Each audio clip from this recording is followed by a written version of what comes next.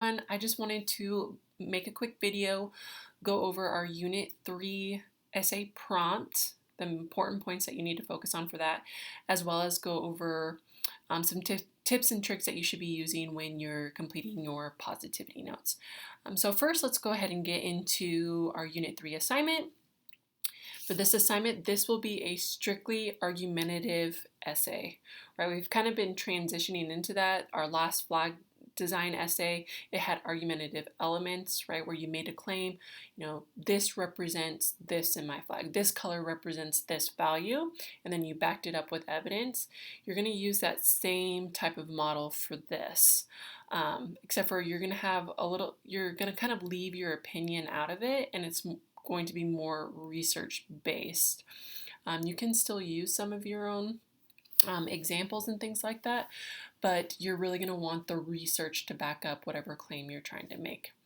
Okay, and so for the thesis of this essay, the topic is whether positivity or optimism is harmful or helpful in a specific context. And when we talk about specific context, we're talking about like either a specific group of people, like students, employees, or you can talk about specific areas of your life. So you can say something like within relationships, within a family, focusing on a certain aspect, right? You don't want to just talk about people in general, like, oh, positivity is helpful for people. Okay, how is it helpful for people? Where is it helpful for them? Okay, so the examples that I'm going to be using for this video, I'm going to say that having a positive mindset is helpful for students, right? That is a specific context. Okay. And then you're going to use the provided sources, right? There is no outside research that you're going to be doing. I will provide all of the sources for you through the positivity notes, right? For total positivity notes, with each positivity notes, you'll be introduced to 2 sources. So that's 8 sources to choose from. You will need to use 2 of those sources in your paper, cite those in your paper with a minimum of 4 in-text citation. That's a minimum. You can use more than that. Okay, but within those 4 in-text citations, it needs to be a variety of paraphrasing, summarizing, and quotes. I recommend sticking more towards the paraphrasing and summarizing. That way you can still have your voice in your paper. Sometimes when people get into writing research, they focus solely on quotes. And then when you're using other people's words, you lose your own voice in your paper, right? We want to keep our voice. So when you can summarize and paraphrase, do that.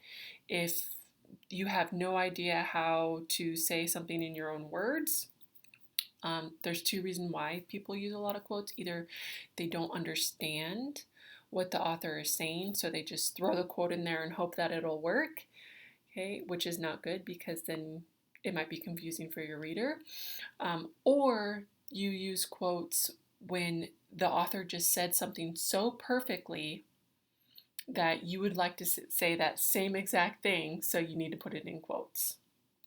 Okay, but most of the time you should be able to summarize or paraphrase, right? Keep your voice as much as you can, right? Say it the way that you would say it.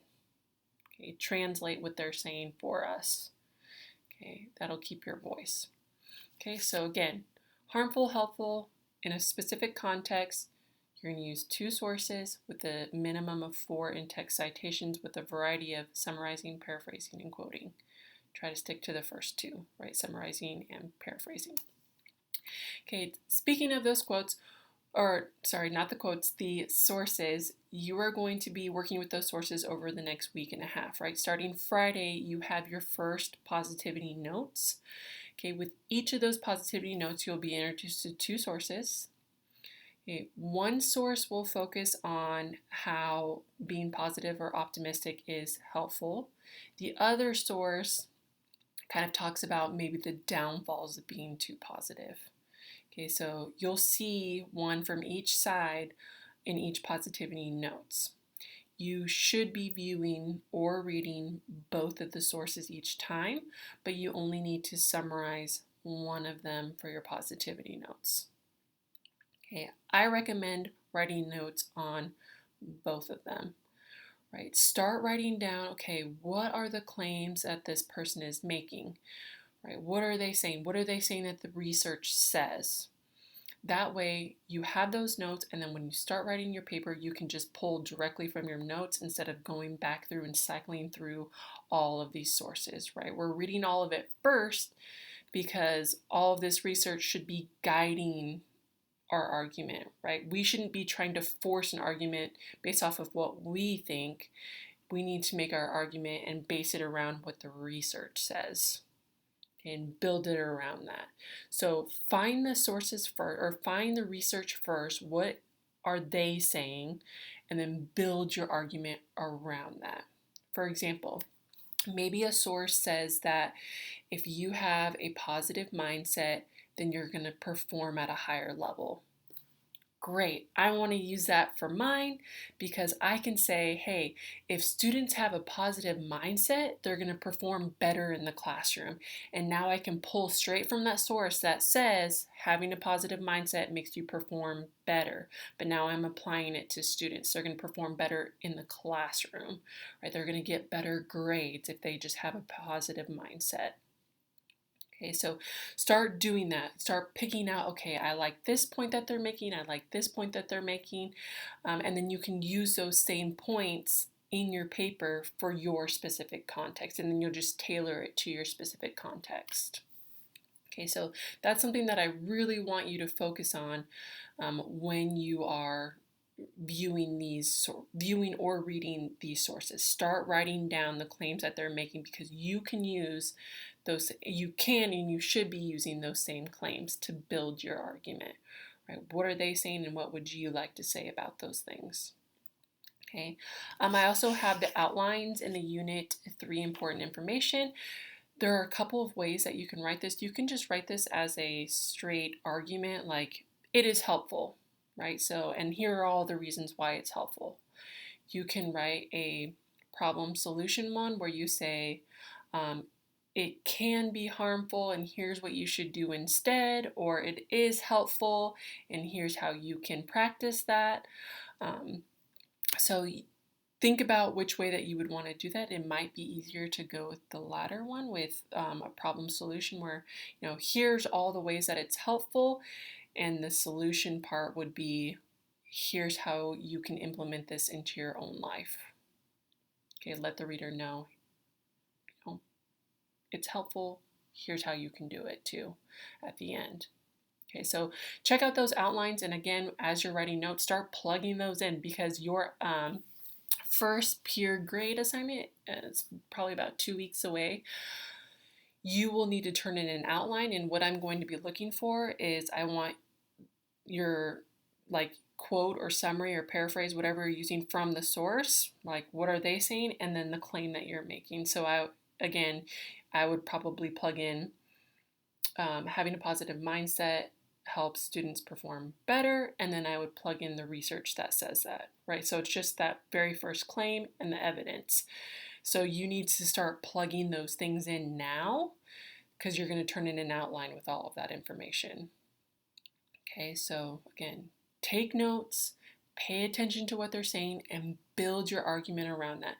You can still put in your own examples and things like that, but that ends up kind of leaning more towards pathos, emotion, right? When you have your own personal examples. And your personal example is not necessarily the same experience. Your experience is not necessarily the same experience as everyone, which makes research stronger because when they conduct research, they use large sample sizes, and so it's a little bit more proven and credible. So I recommend using those more often than using your own personal examples, right? Focus on the ethos and logos. What is the logic saying? What are the sources? What is the research saying? And then use some of your own personal examples sparingly, right? Maybe like once or twice, but then most of your paper will focus on the research. Okay, so just keep those things in mind. If you have any questions, please reach out to me. This one's a little bit more formulaic, right? There will be a PowerPoint coming up soon that will talk about how to structure your body paragraphs, your intro, bodies, conclusions. I'll give you transitions, everything. And it's going to be very rigid, right? Where it's going to go point, evidence, analysis, and then so what for each paragraph. So let's do those first 2 points first. What is the claim that you're making? What's the point that you're making? And what's the evidence to back that up? Start thinking about those now. Save yourself some time. Write those notes down now while you're doing your positivity notes. Okay? Again, if you have any questions, let me know. I'm here to help. Have a good week, everyone.